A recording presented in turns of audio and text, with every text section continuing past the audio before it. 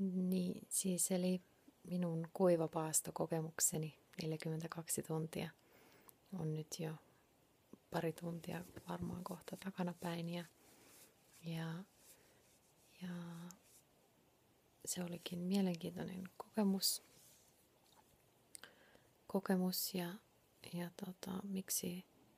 miten mä nyt tällaisille lähin keväällä mietin kyllä, että pitäisikö kokeilla jotain paastoa. Mä en ole siis koskaan paastonut tällainen tietoisesti.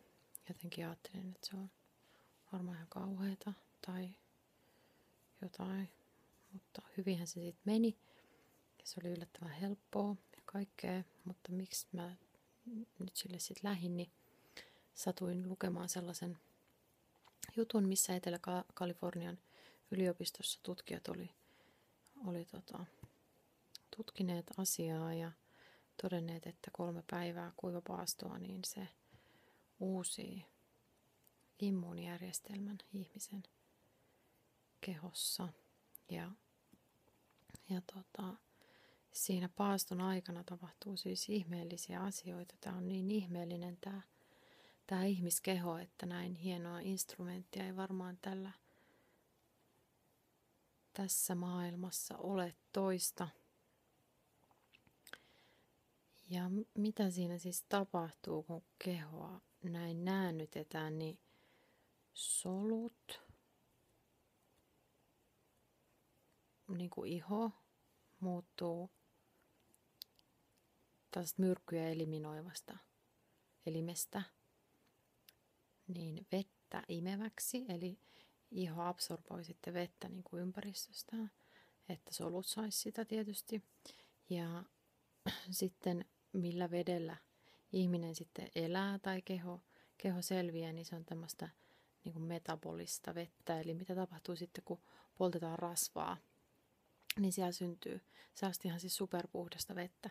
Ja jossain luki, että sitä syntyy semmoinen 1-1,2 litraa vuorokaudessa, että ei tässä niinku ihan kuivia olla. Ja ensimmäisen päivän aikana ainakaan niin mulla ei kuivunut edes huulet, mitkä monesti kyllä kuivuu, vaikka juon vettä tai syön tai näin. Et se on mulle yleensä sellainen merkki, että niin nyt on kuivana. Että nyt ensimmäisen päivänä nyt tokan päivän iltana niin alkoi vähän niin kuin olla rohtumista, että vaikka koko päivän satanut vettä melkein, niin sitten näin.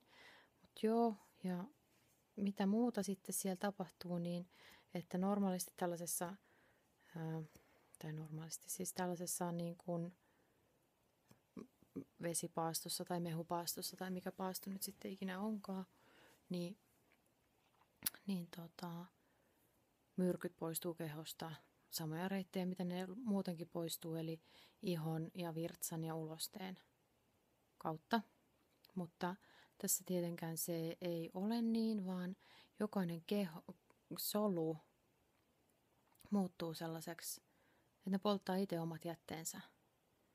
Niin sehän on aika vastuullista ja siis aika siistiä, että se on tosi ihmeellinen tämä keho. Ja mitä hyötyä siis sillä oli, tuolla kun vähän surffaili internetissä, niin siis kuivapaastolla ihan lukemattomia hyötyjä. Ja sehän on se paasto, mitä Jeesus ja kumppanit teki myös tosi vähän pidempänä 40 päivää väittävät. Ja näin, mutta kuitenkin niin hyötyjä oli siis tosiaan se immuunipuolustus siellä hyppää niin kuin toimintaan takaisin, joka siis immuunipuolustus heikkenee luonnollisesti vanhenemisen myötä. Ja ei välttämättä ihan kauhean hyvä uskomus, mutta siis paastolla tai kuivapaastolla sitä voi nyt sitten ainakin niin kuin antaa sille se virtapiike, että nyt hereille sieltä. Ja siinä sitten tapahtuu paaston aikana sellaista, että tosiaan, tai jossain luki, että siis paaston jälkeen, että sen jälkeen kun se on, niin meidän kantasolut alkaa tuottaa huimasti lisää valkosoluja, jotka sitten kamppailee tulehduksia vastaan meidän kehossa. Ja siinä tutkimushommassa, mikä oli tehnyt siellä Etelä-Kalifornian yliopistossa, sanottiin sitten, että muun muassa niin kuin heille, joiden immuunipuolustus on jollain tavalla niin kuin vaarantunut tai heikentynyt, niin se voisi olla tosi hyvä juttu. Ja vanhuksillekin tai vanheneville ihmisille. Ja luonnossahan sitä tapahtuu tosi paljon. Eläimet, se on niin kuin luonnollinen juttu, että eläimet, kun ne satuttaa itseänsä tai nyt tulee sairastaa jotain, niin ne lopettaa syömisen ja juomisen ja makaa paikallaan niin kauan, että ne voi taas hyvin. Ja ihminen on näin kai tehnyt myös joskus, mutta sitten nykysivilisaatio ja ruoan paljous joka puolella, niin kaikilla on aika tehokkaasti onnistuttu hämärtää ihmisen sellaisia luontaisia vaistoja. Että kun meidän kuitenkin se sisäinen olemus ja sisäinen sinä, niin se hakee aina tasapainoa, mutta me usein itse se niin kuin teilataan.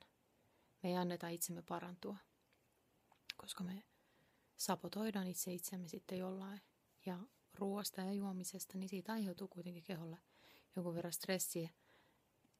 Tai aika paljonkin ja paljon niin kuin meidän energiasta menee sen ruoan sulatukseen. Ja sitten tietysti niiden kaikkien kuona-aineiden ja niiden poistoon ja käsittelyyn jne. Että kyllähän tuossa niinku, mulla oli ton 42 tunnin aikana niin kaikin puolin tosi hyvä olo. Ei huimannut yhtään kertaakaan, mitä muuten siis kun syö, niin sitäkin tapahtuu, että nyt sitä ei ollut ollenkaan, niin se oli aika siistiä.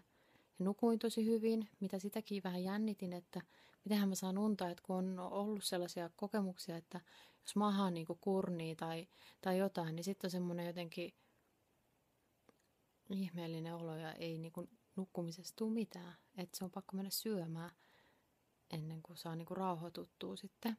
Mutta meni kaikki tosi iisisti ja chillisti ja oli tosi niin kuin semmoinen hyvä fiilis. Ekana päivänä nyt tietysti oli outoa sellaisia niin kuin tapoja niin kuin normaalit rutiinit, että kaakaota ja muuta juomaa, vettä ja kaikkea tämmöistä ruokaa koneeseen. Niin sitten kun sitä ei olekaan, niin sit sitä on vähän sillä, että mitäs tässä nyt sitten niinku tehdään. Ja niin kuin näin, että mutta sitten tuli semmoinen niinku, tässä nyt sitten niinku ollaan ja tunnustellaan ja fiilistellään ja niinku, tietysti mä sit etin siinä tosi paljon niinku lueskelin paastosta ja varsinkin tästä niinku paaston lopettamisesta. Et se on ihan yhtä tärkeää ja se pitää niinku huolella ja niinku sillain vakavasti suhtautua siihen, että keholle annetaan aikaa levätä ja ruoansulatusjärjestelmä niin kuin menee vähän semmoiseen uneen, niin ei sitä sit, niin kuin, tai se pitää sitten herätellä sillä hiljakseen ja nätisti ja jollain niin kuin ihanilla kivoilla jutuilla, mitä se elimistö, mistä se tykkää. Ja näin, niin lueskelin tosi paljon niitä juttuja ja kunhan vaan makoilin ja olin. Tietysti siinä nyt sitten tuli huolehdittua sekin, että muilla on ruokaa, että vaikka itsellä, mutta tosi vähän niin kuin sellaisia, että olisi halunnut syödä. Että kyllähän niitä niin kuin varsinkin ekana päivänä tuli, mutta sitten kun niistä vaan meni sillä läpi, että hei, nyt mä teen tämän jutun ja mun tavoite oli ensin 24 tuntia. Ja sitten kun se oli täynnä, niin mä siinä fiilistelin mietin, että mitähän tässä nyt sitten, että kyllä niin kuin tuntuu ihan hyvältä, että kyllähän mä nyt nukun ainakin niin kuin yön yli. Ja mietin sitten uudestaan. Ja sitten mä nukuin ja sitten mä heräsin ja sitten oli vieläkin hyvä olo ja sitten mä lueskelin lisää juttuja ja sitten mä ajattelin, että no mennään nyt se 36 tuntia ja katsotaan sitten taas. Ja no sit mä olin silloin varmaan päättänyt, että no 40 tuntia nyt sitten ainakin. Ja no sit kohtaa siinä alkoi olla vähän huulet kuivat. Ja sitten mä mietin, että niin kuin, lopetanko mä tämän vai jatkanko mä vielä. Olisi tehnyt mieli jatkaa se, että olisi tullut se niin kuin 3 vuorokautta täyteen. Mutta tää oli ehkä ihan ok tämmönen. Kun aika niin kuin kylmiltään lähdin tähän ja sillain ihan niin kuin kuitenkin hyvistä asemista, että olen puhdistuskuuria tehnyt koko kevään melkein maaliskuun alusta lähtien, niin ei ihan sillain niin kuin kai ole mikään myrkkyjen täyttämä keho ja hedelmiä syönyt paljon, minkä musta tuntuu, että sen jälkeen kun hedelmien määrä alkoi lisäämään dietissä, niin jano hävisi. Siis mulla tosi harvoin tunnen janoa, niin sit musta tuntui kivalta jotenkin, että mä otan nyt sitten tämän, missä ei tarvi juodakaan. Niin mun ei tarvi miettiä ainakaan sitä, että itse kun mä en juo tarpeeksi. Niin sillä lailla kaikin puolin niin kuin siis kokemus oli paljon helpompi kuin mitä mä osasin odottaa. Mä ajattelin, että se on paljon vaikeampaa. Ja kaikki meni tosi hienosti ja iisisti. Ja varmasti teen uudestaankin. Sitten kun on yksinäni. Ja voin keskittyä enempi niin kuin vaikka meditointiin. Ja teen mä nytkin hengitysharjoituksia. Tai harjoituksia, siis kunhan hengittelin syvää. Laskin välillä jotain ja aamulla oli ihanaa, kun vettä satoi, niin ikkuna auki tuosta päävierestä ja sitä raikasta ilmaa siitä hengittelemään, niin se oli tosi siistiä, että sellaisia kokemuksia paastosta minulla tällä kertaa ja